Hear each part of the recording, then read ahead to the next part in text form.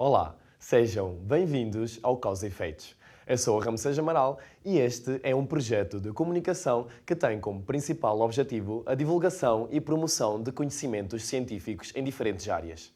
Nesta edição, vamos falar sobre o papel da animação socioeducativa nas comunidades da etnia cigana.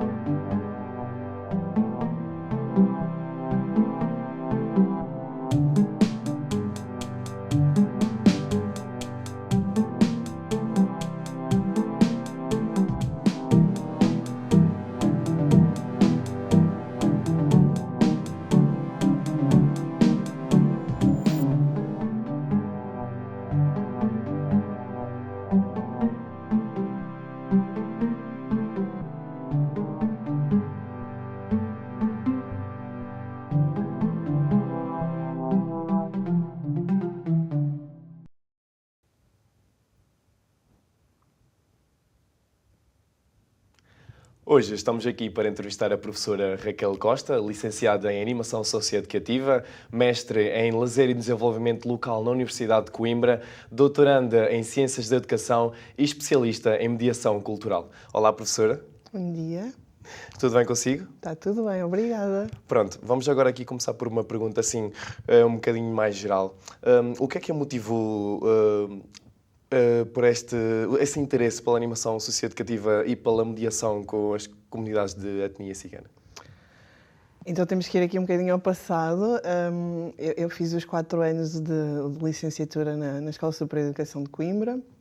Quando terminei a licenciatura, em 2001, eu não tinha perspectiva de profissional, ou seja, quando eu pensei que iria integrar um mercado de trabalho, colocaram-se aqui várias possibilidades e felizmente fui aceite em mais do que uma proposta de trabalho e tive que tomar uma decisão. E a decisão que eu tomei há 23 anos atrás foi trabalhar numa IPSS, uma Instituição Particular de Solidariedade Social, com sede em Montemoro Velho, que se chama Associação Fernão Mendes Pinto, e que tinha a decorrer um projeto integrado num programa nacional que se chamava na altura, e que neste momento não tem esse nome porque terminou, que se chamava Ser Criança.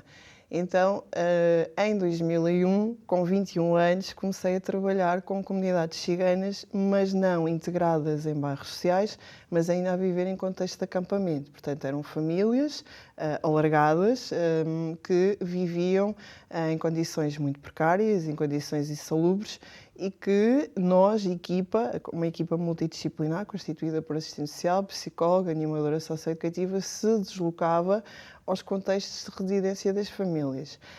Eu não estava assim tão conhecedora das dinâmicas das famílias da etnia cigana, não me apropriava de conhecimentos sobre a cultura cigana e, portanto, foi toda uma aprendizagem in loco com as famílias.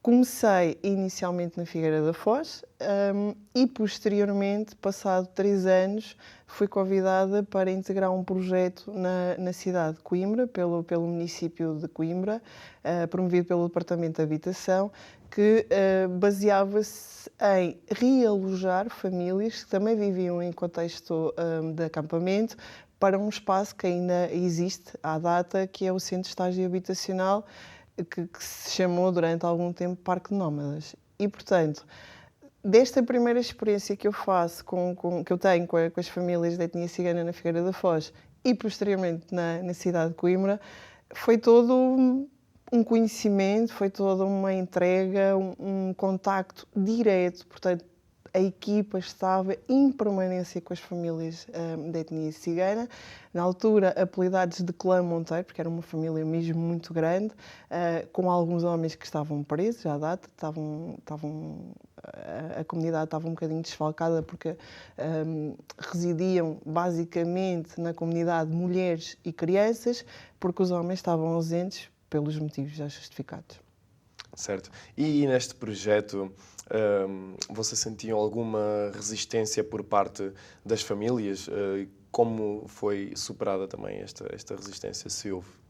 Quando falamos de famílias numa situação vulnerável ou famílias que também se pautam por padrões culturais específicos, e estamos a falar de uma família muito tradicionalista que também se pauta por um código interno de leis, de regras, é necessário nós, quando entramos enquanto equipa, respeitarmos a cultura, não adulterarmos essa mesma cultura e, portanto, tivemos sempre, tanto na fase da transição do acampamento para o centro de estágio habitacional, como depois na integração que foi feita, tínhamos sempre o cuidado e tivemos sempre o cuidado de envolver as famílias nas próprias decisões. Ou seja, as crianças eram consultadas, as mulheres eram consultadas e os homens, apesar de estarem presos em vários estabelecimentos prisionais no país, nós, enquanto equipa e o vereador da habitação, íamos às prisões negociar determinadas decisões com os próprios. Ou seja, nós não tomávamos decisões única e exclusivamente a equipa, a direção, mas sim com a envolvência das famílias e de todos. Todos participavam nas decisões que envolviam a sua própria família. Portanto, sim, numa fase inicial, podemos dizer que houve algumas dificuldades, nomeadamente no prolongamento da escolaridade das jovens, neste caso das raparigas nas escolas. Aqui também quebrar alguns padrões culturais que poderiam pôr em causa até o cumprimento dos direitos humanos. Também a preparação e a capacitação para a integração das mulheres ciganas no mercado de trabalho, porque também não era algo muito aceito. A mulher cujo marido estava preso, estar a trabalhar fora da comunidade não era muito aceito, nem pelo homem que estava preso, nem pelas próprias mulheres que estavam na comunidade, porque a mulher também tinha muito que ser recatada, tinha que estar no seu contexto doméstico, tinha que cuidar das crianças e a sua vida doméstica tinha que ser desempenhada em comunidade.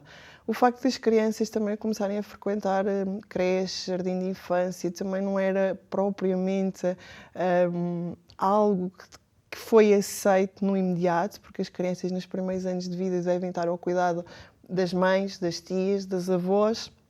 E então, pouco a pouco, e também não estando perante uma equipa muito impositiva, mas uma equipa que trabalhava muito na base do diálogo, na assertividade, mas que em alguns momentos também teria que saber o quanto era importante ser flexível, conseguimos aqui alterar alguns comportamentos da própria comunidade.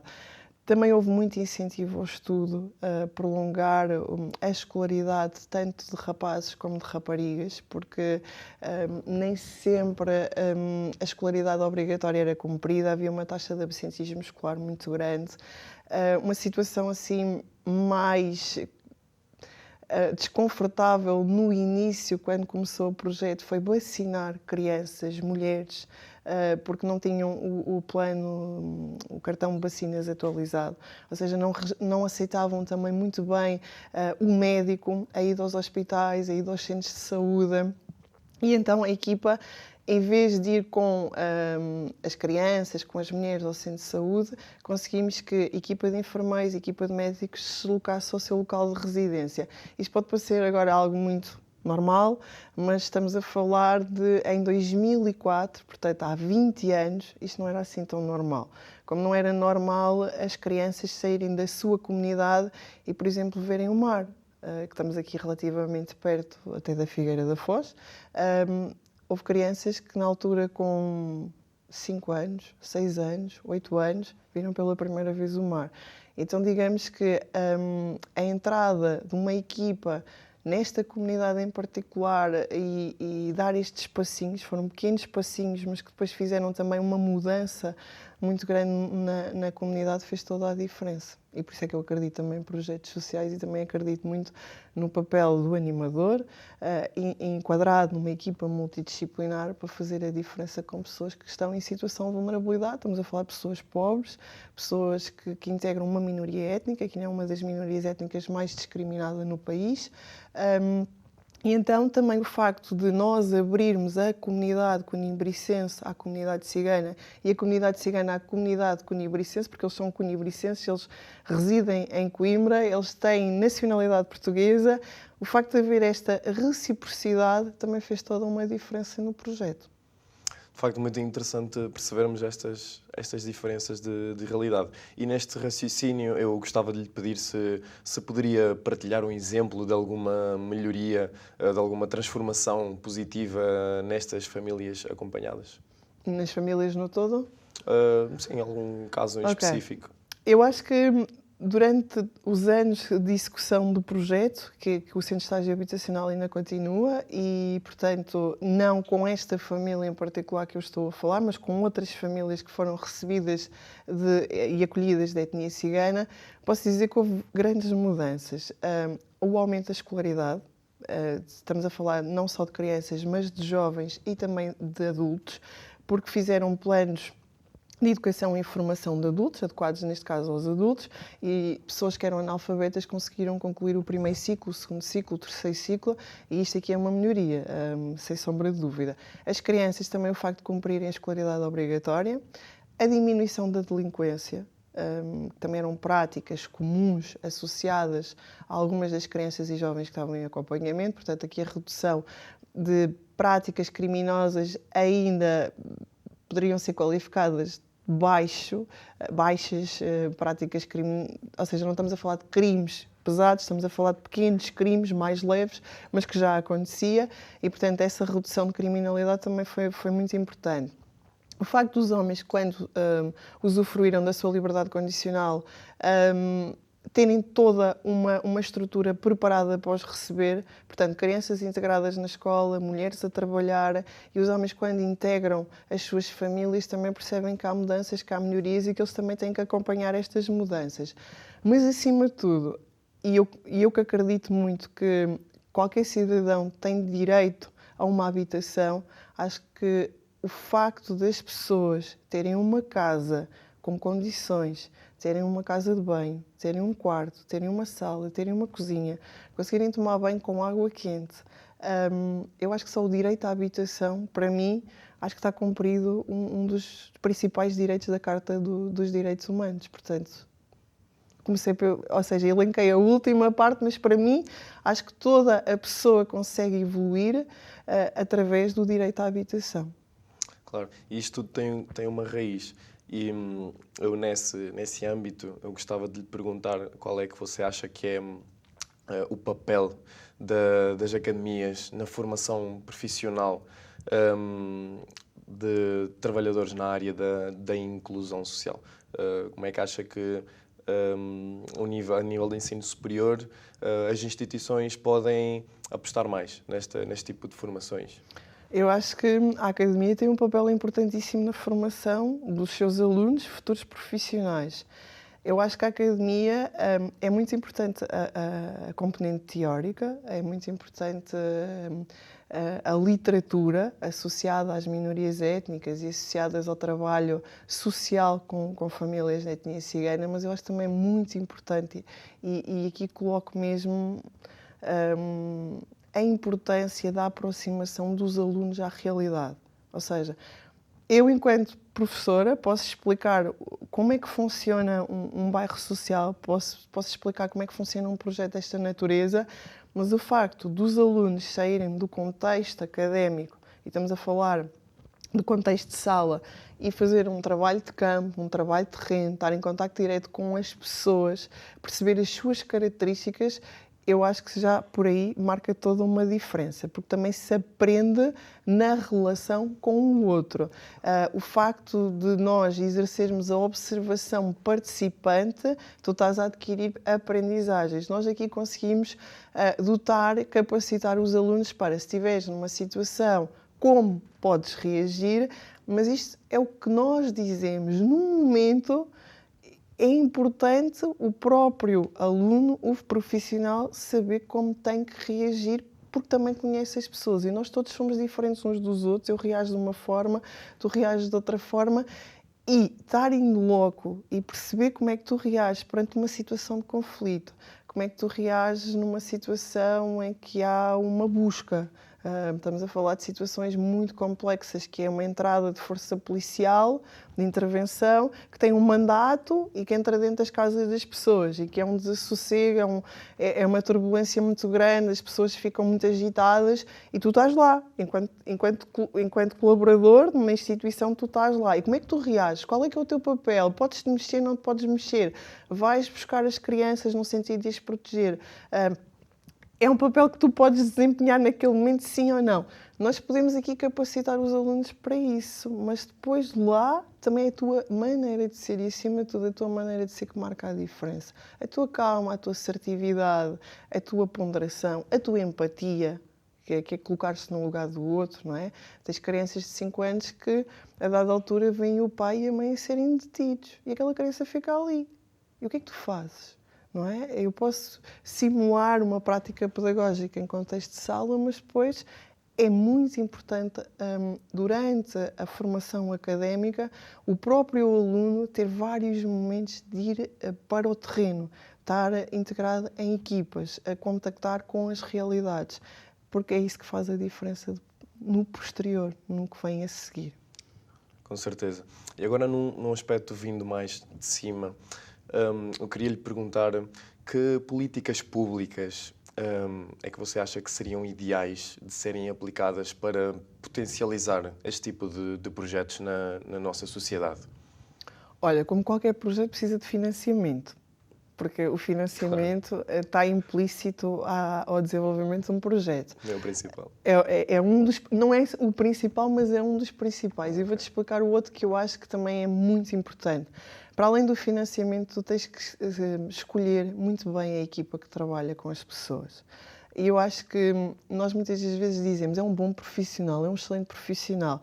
Mas eu tenho como lema na minha vida, mais do que ser um excelente profissional, tu tens que ser uma excelente pessoa. Tens que praticar o bem e tens que saber que aquelas pessoas com as quais tu estás a trabalhar são pessoas vulneráveis, são pessoas que já têm uma mochila muito grande pela sua trajetória de vida. Tu podes encontrar uma criança de 3 anos que viveu os seus 3 primeiros anos de vida numa prisão, com a mãe. Podes encontrar um jovem de 10 anos que o pai, o tio, a mãe, o irmão estão presos. Podes encontrar uma criança que foi abandonada pela mãe e então, durante a sua infância, viveu sempre com esta sombra que a mãe a abandonou. E então, além do financiamento, as equipas multidisciplinares, mas também com muito boa formação pessoal, com boa formação profissional. Políticas públicas. Eu acho que houve muitas melhorias nesta área, na intervenção com minorias étnicas. Porque nós temos em vigor uma estratégia nacional para apoio às comunidades ciganas, que está em vigor. Tem havido incentivos para jovens para estudarem no ensino superior. Ou seja, aqui há uma discriminação positiva, porque normalmente quando ouvimos falar de discriminação é negativa, mas a discriminação positiva é criar equidade, não é igualdade, mas equidade. Muitas das vezes estes jovens não conseguem ter as mesmas oportunidades que tu tens. Então é necessário criar políticas ou incentivos para que estes jovens não terminem os seus estudos no secundário. Então há bolsas adaptadas para jovens de etnia cigana, sejam mulheres ou sejam homens, para estudarem no ensino superior.